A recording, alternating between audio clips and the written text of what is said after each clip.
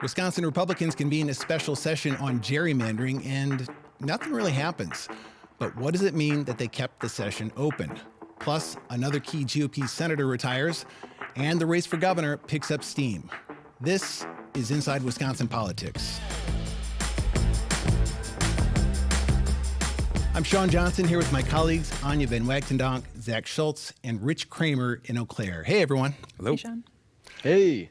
So, Anya, I think there's actually a lot to kind of pick apart in terms of why Republicans did what they did with this session and what this issue means to the parties this year. But first, for people who have not experienced the drama of a special session, I think maybe they hear that word, special, and assume it is kind of a big deal. What's it actually like in the room where this happens? Yeah, I mean, so with regular sessions, I think something that not a lot of people know is that there are very few surprises during a regular session, right? If something is coming to the floor, that means the majority wants it there. Generally speaking, we sort of know what's going to happen. With a special session, and especially this time around where Republicans hadn't signaled in advance that they hated the idea, there was really an open question of exactly what was going to happen on that day. So going into it, I kind of needed to be in two places at once. I needed to be in both the Assembly and the Senate. And then thankfully, Assembly leadership sent out a message saying, we're going to keep this open, but that's so that we can have negotiations. So, okay, so that signals that like maybe I don't need to be in the Assembly. So we go over to the Senate.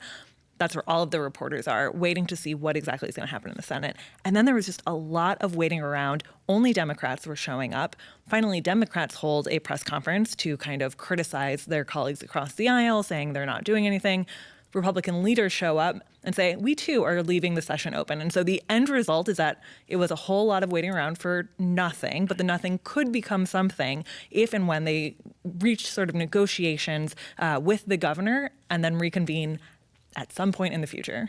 And I can tell you, because we did team coverage on this one in the Assembly, it was a whole lot of milling about would be the way I'd describe it. I don't think they even had gavels this time, which feels like it's really kind of pretty chill in there. So, okay, the special session was not all that dramatic, but the important thing is this thing is technically open. So, Zach, I guess my question is, why is that? I'm maybe it's just muscle memory, but I just am used to this Republican legislature being pretty comfortable telling this governor, don't tell us what to do. Well, there's only one of two reasons why to keep it open. One, because maybe they actually want to do something and be good to their word and negotiate and try and pass this constitutional amendment. Or two, the optics of keeping it open are important to their base and their voters, because redistricting and gerrymandering is an important thing. And especially this time around, it's Republican voters who understand, oh, this is why we're potentially losing the Senate and we lost a bunch of races in the seat. It doesn't feel good to be on this end of it. And so maybe since both sides have felt the effects of it, when it's not in your favor, that perhaps there's an idea of, hey, let's come to a compromise and try and resolve this. Rich, what do you think? Is this a real session here? Could something actually happen? I suppose it could. There's been a lot of surprises in this session and the end of the last session for me. I started working at WPR in 2011 and I'm used to seeing gavel in, gavel out, essentially saying thanks but no thanks from the Republicans saying that to Governor Tony Evers. But we've got these new state legislative maps. Control of the Senate is a big question mark after the November election. So they're just acting differently. What it means, I don't know. What happens, I really don't know.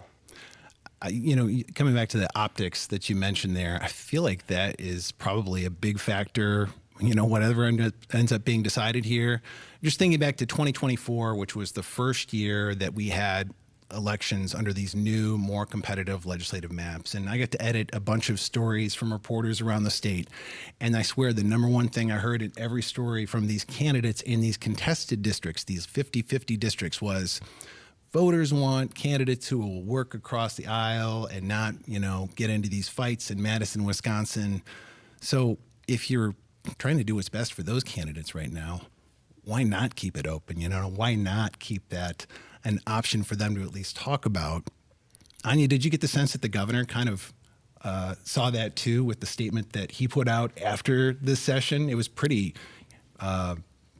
get going, get yourselves in gear here, guys. The statement that said there is actually nothing to negotiate while we are wondering whether he and Republicans are in the middle of negotiations around this language. Yeah, it does kind of raise the question of what those negotiations will look like and to what extent this is about sort of a messaging war going into this election year. And one of the things that he also said in that statement was, lawmakers will have to go on the record about their feeling about gerrymandering. And so if they don't hold this session, if they don't go to the floor, that is a statement. And so really trying to, again, kind of put the onus on Republicans who are, especially in the Senate, quite vulnerable right now to make the point to their voters where they stand on this issue. I want to play the skeptic here for one more minute here as to why they might not want to do this. This is a Republican legislature. We've been talking about how the Supreme Court has this liberal majority that could be there for years. The resolution that the governor is proposing just says basically districts shall not provide a disproportionate advantage. Partisan gerrymandering is prohibited. It's pretty thin. Who's going to interpret that if they passed it? Well, there's only two ways to interpret it. One is they actually negotiate state law that gives a definition for what that means. That could be the negotiations happening as a parallel bill if that was actually going to be resolved through the legislature and the governor. But otherwise, it's going to be the Supreme Court. And ultimately, no matter what gets passed, it'll be the Supreme Court because these would be added to the Wisconsin Constitution. This is not just a law. This would be a constitutional amendment. And it would create this big language that does not have definitions so far in state law. And that really would be a liberal Supreme Court, more than likely, coming back to say, well, this is what we determine to be partisan gerrymandering, or this is what we think is an advantage for partisans. Rich, what happens when you invite a court to start talking about statistics and mathematics? Like a 3-year court trial. I'm exaggerating, but what also happens is the courts have generally not wanted to touch this claim, this partisan gerrymandering claim, from the U.S. Supreme Court to the Wisconsin Supreme Court. They've just wanted to avoid it. And if we look back to when the legislative maps passed by Republicans in 2011 were struck down, they didn't do it. They didn't take up the partisan gerrymandering claim. They got around that by looking at contiguity of districts, whether or not one district has a piece in another. So that was, in a way, a technicality. They did get to the same place that the plaintiffs wanted, which was new maps, but it took a bit of a roundabout way to get there. Okay, before we move on from this, can we just kind of explore the possibility that maybe there would be a scenario where Republicans really would look at the situation and say, hey, let's pass this. Let's make a deal with the governor. Let's say it's November after the election. How might that play out? I think the biggest variable is who wins in November, because remember, constitutional amendments need 2 consecutive sessions. So this legislature can pass it all the way through December 31st.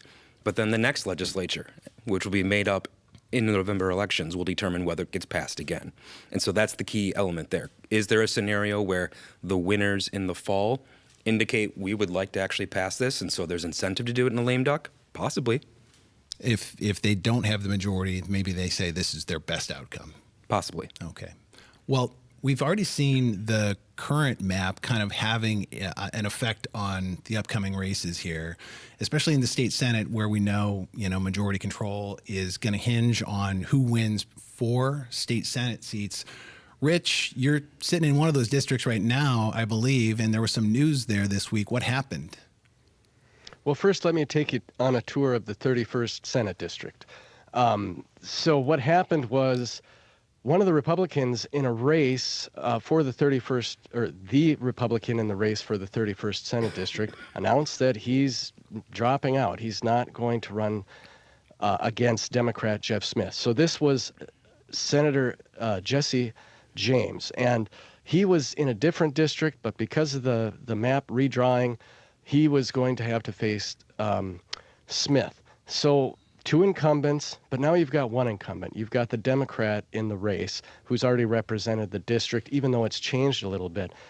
So big picture, when the maps were redrawn, there's 4 Senate districts that are deemed competitive, that it's really kind of a coin flip, or just about. And we've seen retirements from 3 of the Republicans in 4 of those districts. And, that in and of itself is a big signal for how people are feeling about the fall election. So I guess in a way it complicates Republicans' chances of holding the Senate majority and definitely gives some fuel to Democrats who are getting pretty excited about November. So we have elections that are going to have to take place before we get the answers to these questions. But Anya, I would suspect that Senate Republicans would have preferred to run these races in these, 3 of these 4 key seats with Senators Hutton, with Senator James, with Senator Vanguard. What position are they in now? I mean, it's interesting. Like, there's a mix of reasons why these lawmakers have said that they are stepping down. Again, that, as Rich just alluded to, Democrats are trying to spin this as, they're kind of running scared. But it raises sort of the question of who will then run in their spots. So Jesse James is a really interesting example. He has worked quite a bit across the aisle. He's been a real kind of leader on criminal justice issues. One of my favorite sort of fun facts is that he and Madison Democrat Sheila Stubbs are like best friends, and they do a lot of work together. He's done a lot on mental health. And so he is a really different kind of Republican than you might see in, let's say, suburban Milwaukee or something like this. And so the question is, who then comes out? I think Zach has made this point before, that when you're in the minority and when you are kind of pushing up against a less likely scenario, more sort of fringe candidates or people further to the left or the right tend to be the ones who come forward. And so there will be a really interesting question to see who is entering these races in November and what that does for who's wanting to vote in November. We already have our first answer in this particular race. The first Republican to announce they're going to run, her middle name is MAGA Dance, and she put that on all of her campaign signs 2 years ago when she ran and lost in an assembly race. And you cannot connect yourself literally more closely by putting your name and making it close to Trump's MAGA movement. And that is who is running in that Republican district, which is now drawn to be Democrat, has a Democrat incumbent. And as we've talked about over and over on this show, you don't have to look any more past what the candidates do. And when they are not running, that tells you they know the environment they're up against. Every one of them will have their own individual story, but the larger picture gives us a pretty clear roadmap of what Republicans think of their odds in the Senate specifically. But to go back to Robin Vos holding the assembly for all those years, we saw in a number of elections in 18 and in 22 where top of the ballot Tammy Baldwin or Tony Evers would win some of those Republican assembly seats, and Republicans down ballot won them. And that in part was because incumbents, name recognition, fundraising ability. And when you have people drop out, you lose all of that. You don't have the name, you don't have the person that knows how to knock the doors, that has the community connections, and they don't raise as much money. They really do is put them in a big hole. So I guess against that backdrop, you have these signals being sent by Republicans dropping out of these races. You have the Supreme Court blowout of a week ago, I guess now. It's not at this moment looking great for them. So why would Republican Congressman Tom Tiffany, the candidate for governor, pick now to come out with a 7-figure ad buy in the governor's race? He's trying to reset the landscape, absolutely. This is the perfect time to reframe it coming out of that Supreme Court race and say we've got 4 months until the August primary and then a few months after that into November. And he is the lone Republican out there. So it's a positive ad. If you watch the ad, it's not hitting on anyone. It's talking about where his values and where he grew up and on a dairy farm and what he's done for his experience and how much he loves the state. Those are all things that play really well statewide. And when he has to boost his name recognition, if you look at the polling, it's still 65% of Republicans weren't sure, and he was really the only major candidate left. So he has to win his base, and there's room for moderates and independents who, especially looking at that national landscape, may say, well, if there's going to be Democrats in one chamber, well, who's going to run the state? He has an opportunity to reset his agenda, give himself a little distance from Trump, whose name right now is not very popular in Wisconsin among independents, young people, and a lot of other groups. So this is a time for him to own the stage by himself, while the Democrats don't have money to go on the air in a 7-way primary. A rare window to run positive ads. We know he likes old fashions and the Packers and all this cliche Wisconsin stuff he says about himself. Rich, there was another message in there in the Tom Tiffany ad that caught your eye.